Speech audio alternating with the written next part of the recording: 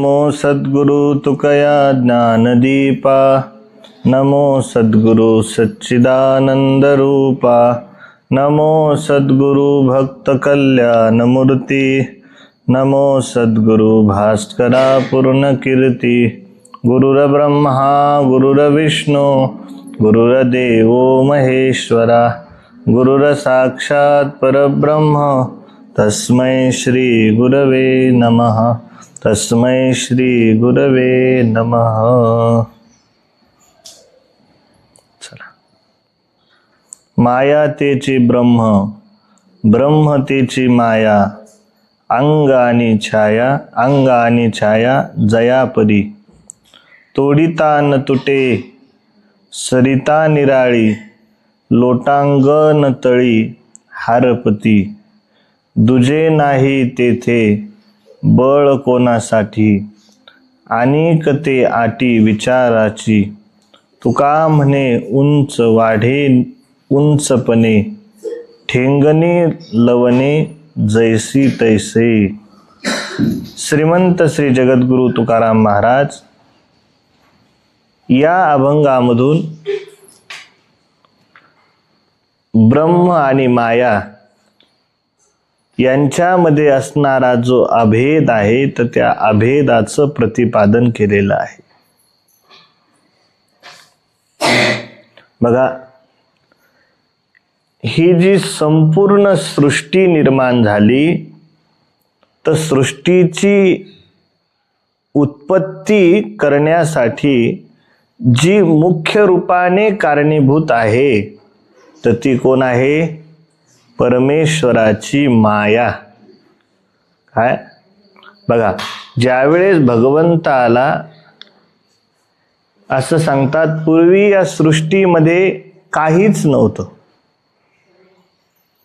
म्हणतात पहिले कोठेच नव्हते काही, चंद्र सूर्य तारा नाही, अवघे शून्यच होते पाही कानोबा तेरे तेरे ते.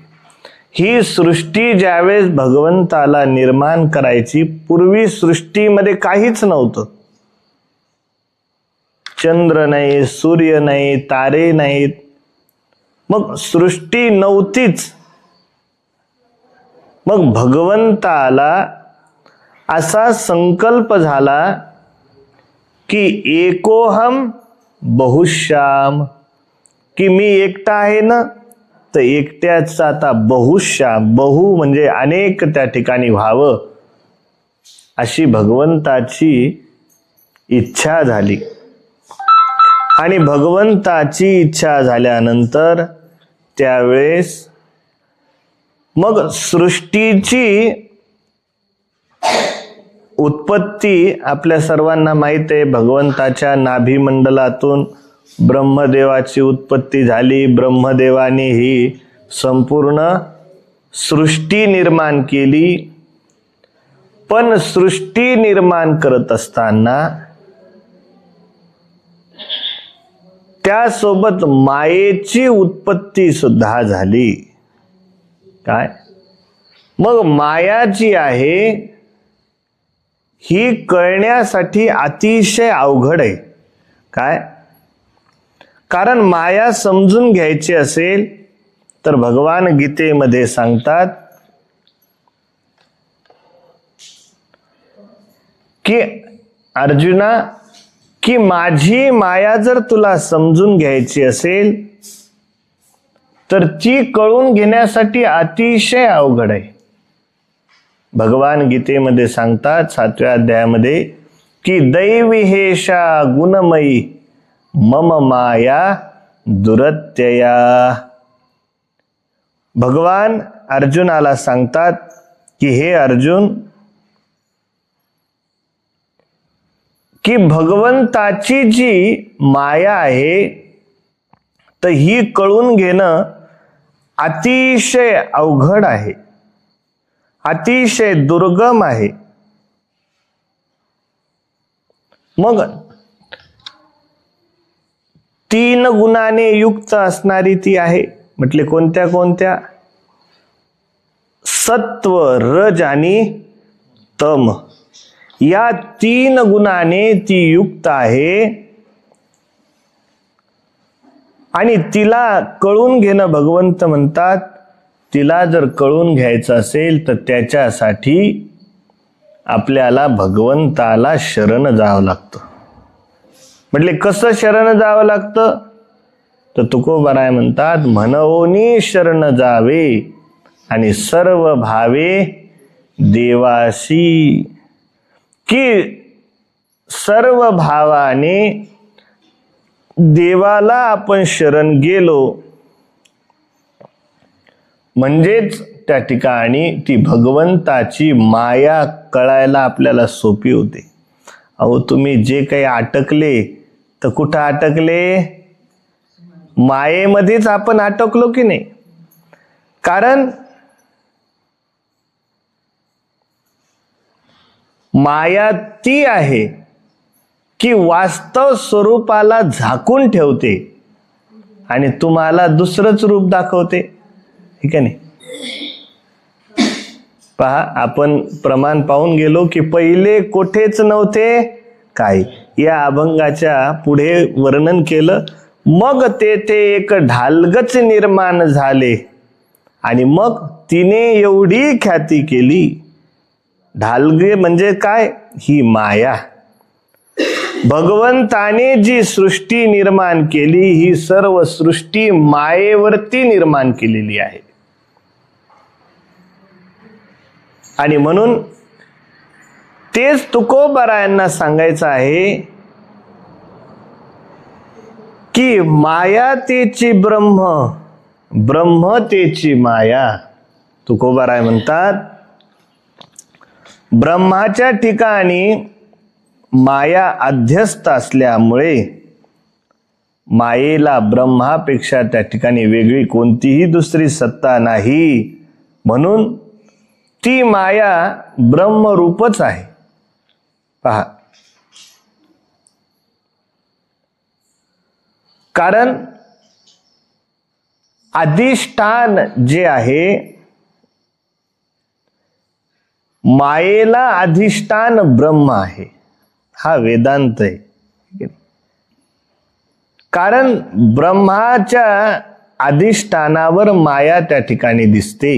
पहा, आपल्या सर्वांना माहिती आहे की ज्यावेळेस भगवान श्रीकृष्णाचा जन्म अवतार झाला, कुठे? मथुरेमध्ये कारागृहामध्ये ज्यावेळेस भगवंत अवताराला आले, प्रगट झाले, तर भगवंताने वसुदेवाला काय सांगितलं की नंदाच्या घराला मज नेई गोकुळाला. की नंद बाबा, हे आपलं वसुदेवाला सांगितलं, वसुदेवजी अहो तुम्ही मला घेऊन नंद बाबाच्या घराला जा. त्या ठिकाणी माया उपजली तेथे, त्या ठिकाणी माया जन्माला आलेली आहे. त्या मायेला घेऊन तुम्ही इथे या आणि मला घेऊन तिथे गोकुळामध्ये जा. म्हणजेच काय की मायेची जी उत्पत्ती आहे, तर मायेला अधिष्ठान जर काय असेल तर ते ब्रह्म आहे. म्हणून वेदांती जो आहे, तर वेदांती हे संपूर्ण सृष्टीमध्ये दिसणार जेवढं काही आहे हे मायेचं कार्य आहे. आणि म्हणून वेदांती अद्वैती जो मत ज्याचा आहे, अद्वैत मत कोणाचं आहे? भगवान पूज्यपाद शंकराचार्यांचं. आपण ज्या परंपरेमध्ये येतो तर ते अद्वैत परंपरा आहे. पूज्यपाद शंकराचार्यांच्या परंपरेमधले लोक आहोत आपण. एक नाही, आपण म्हणतो दररोज नमोस्तुते व्यास विशाल बुद्धे फुल्लार विंदा. म्हणजे एक ज्यावेळेस व्यासांचं तर वर्णन झालंच, पण शंकराचार्यांची सुद्धा गुरु परंपरा आपण वर्णन करतो का नाही? दररोज म्हणतो की, हे का नाही, की शंकराचार्यांची जी परंपरा आहे त्यांच्या गुरु परंपरेचं वर्णन करत असताना की आपण शंकरम शंकराचार्यम केशवम बादरायणम सूत्र भाष्यकृतो वंदे भगवंतो पुन्हा पुन्हा, आहे की नाही? तर ते सर्व वर्णन आलेले आहे की नाही? तर ही जी परंपरा आहे तर ही अद्वैत परंपरा आहे. मग शंकराचार्यांचं अद्वैत मत जे आहे तर भगवान पूज्यपाद शंकराचार्य सांगतात, म्हणजेच उपनिषद सांगतात की हे जी संपूर्ण सृष्टी आहे तर ही मायेवरती निर्माण झालेली आहे. काय? मग वेदांताचा सिद्धांत आहे ब्रह्म सत्य जगन मिथ्या जीवो ब्रह्मैव नापरः. काय? की या संपूर्ण सृष्टीमध्ये केवल आणि केवल ब्रह्म सत्य आहे आणि हे दिसणार जेवढं जगत आहे तर हे सर्व मिथ्या आहे. पण ते आपल्याला भासत नाही, याच्या मागे कारण आहे माया. मूलतः विचार केला तर सर्व नाशवान आहे, पण वाटतं का आपल्याला? नाही. आणि तेच तुकोबारा सांगतात की माया तेची ब्रह्म, ब्रह्म तेची माया, अंग आणि छाया जयापरी. तुकोबारा यांनी दृष्टांत दिला की ब्रह्म म्हणजेच माया आहे आणि माया म्हणजेच ब्रह्म आहे आणि अधिष्ठानच अध्यस्त्याच्या रूपाने त्या ठिकाणी भासत असते. म्हणूनच ब्रह्म हेच माया आहे. आणि या जगाला कारण जी काही माया आहे, उपादान कारण असलेली माया, तर तुकोबाराय म्हणतात ही ब्रह्माशी अभिन्न आहे. ब्रह्मामध्ये आणि तिच्यामध्ये काही भेद नाही. आणि म्हणून निमित्त कारण असलेलं ब्रह्म मायेशी अभिन्न आहे. बघा, ब्रह्म सर्व ही सृष्टी निर्माण केली कोणी? परमेश्वराने सृष्टी संपूर्ण निर्माण केली. पण निमित्त कारण मायेला बनवलेलं आहे. आणि म्हणून तेच तुकोबारा सांगतात की हे दोन्ही जे आहे निमित्त कारण ब्रह्म आणि माया यांच्याशी अभिन्न त्या ठिकाणी एकमेकांशी ते आहेत. उदाहरण जसं दिलं की देह आणि त्याची छाया यांच्यात ज्याप्रमाणे अभेद आहे त्याचप्रमाणे माया आणि ब्रह्म यांच्यात सुद्धा अभेद सांगितला. बघा, आपण रस्त्याने चालत असतो. काय? तर रस्त्याने चालत असताना आपलीच छाया म्हणजेच काय, ज्याला प्रतिबिंब म्हणतो आपण, सावली म्हणतो. तर रस्त्याने उन्हाचे दिवस आहेत म्हणा, तर आपण पाहतो की रस्त्याने चालता चालता आपली सावली बाजूला पडते की नाही. मग ती जी सावली आहे तर व्यक्ती आणि व्यक्तीची सावली काही वेगळी का? तुम्ही म्हणसाल तो व्यक्ती वेगळा आहे आणि त्याची पडणारी सावली सुद्धा वेगळी, असं होतं का? नाही. ज्याप्रमाणे त्या व्यक्तीमध्ये आणि त्याच्या पडणाऱ्या छायेमध्ये, सावलीमध्ये अभेद असतो, त्याचप्रमाणे तुकोबाराय म्हणतात ब्रह्म आणि माया यांच्यामध्ये सुद्धा त्याचप्रमाणे अभेद आहे. पुढे त्या ठिकाणी परत दृष्टांत दिला. तोडिता न तुटे सरिता निराळी, लोटांग न तळी हारपती. महाराज म्हणतात की एखादा व्यक्ती म्हणेल की आता माझी जी छाया बाजूला पडत आहे तर त्या प्रतिबिंबाला, छायेला मी तलवार घेतो आणि तलवारीने ती तोडून टाकतो, म्हणजे ती डबल पडली पाहिजे नाही. तर ती तोडल्या जाऊ शकते का? नाही. ती कितीही दूर सारण्याचा प्रयत्न केला तरी ती देहाहून वेगळी मात्र होऊ शकत नाही. पण एक उपायाने ती वेगळी होऊ शकते. म्हटले कोणत्या? आता उभे तुम्ही राहिले तर तुमची छाया पडते, पण तुम्ही जर लोटांगण घातलं तर छाया पडते का? करून पहा प्रयत्न, की उभ्यानं उभं राहिल्यानंतर छाया पडते, पण लोटांगण तुम्ही घालत चालले तर बाजूला छाया पडते का? अहो पडते. पाहून घ्या, करून पहा, मग समजेल तुम्हाला. तर तुकोबाराय म्हणतात की लोटांगण घातलं म्हणजे ती छाया देहाखाली ज्याप्रमाणे येते, काय देहाखाली पडते. समोर आपण जरी लोटांगण घालत असलो ती कुठं जाते? खाली त्या ठिकाणी नाहीशी होते. त्याप्रमाणे तुकोबाराय म्हणतात दुजे नाही तेथे बळ कोणासाठी अनेक ते आटी विचाराची. त्याचप्रमाणे ब्रह्मापेक्षा माया जर भिन्न नाही तर मग बळाचा वापर हा कोणासाठी करायचा, असा प्रश्न तुकोबारायांनी केलेला आहे. बघा